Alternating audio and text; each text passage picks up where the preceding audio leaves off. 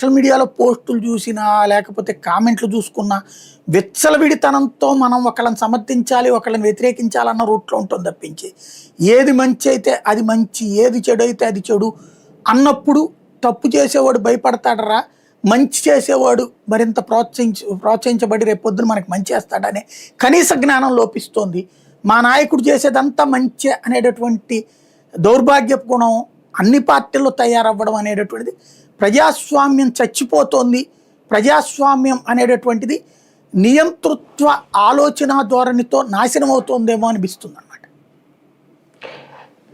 ఈ సమావేశాల్లో సార్ బాబు గారు గతంలో ఇచ్చిన హామీలు కానీ, లేదంటే రేవంత్ రెడ్డికి అనుకూలంగా వ్యవహరించిన తీరు కానీ, ఇవి టీడీపీని అధికార పక్షాన్ని ఇరుకుని పెడుతున్నాయా? రాయలసీమ లిఫ్ట్కి సంబంధించి నిన్న ప్రశ్నిస్తే ఎస్కేప్ అయ్యే ప్రయత్నం, అది ఒక రకంగా అనుకోకుండా ఇరుక్కుంటున్నారా, లేదంటే చర్చించుంటే బాగుండేది? అంటే బేసిక్గా ఒకటి నేను చెప్పాను కదా, బాబు చేసేది రైట్ అని నమ్మేటటువంటి వాళ్ళు అంతే, జగన్ చేసేది రైట్ అని నమ్మేవాళ్ళు ఇంతే.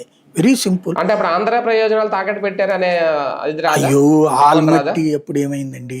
ఆల్మట్టి అప్పుడు ఈయనే జాతీయ రాజకీయాలు చక్రం తిప్పినోడు, దేవగౌడ అని ప్రధానమంత్రిని చేసినోడు, ఆయనే ఆల్మట్టి కట్టింది, అప్పు తీసుకొచ్చి మరీ కట్టాడు, ఆయన ఉండగా బిగినైంది అది.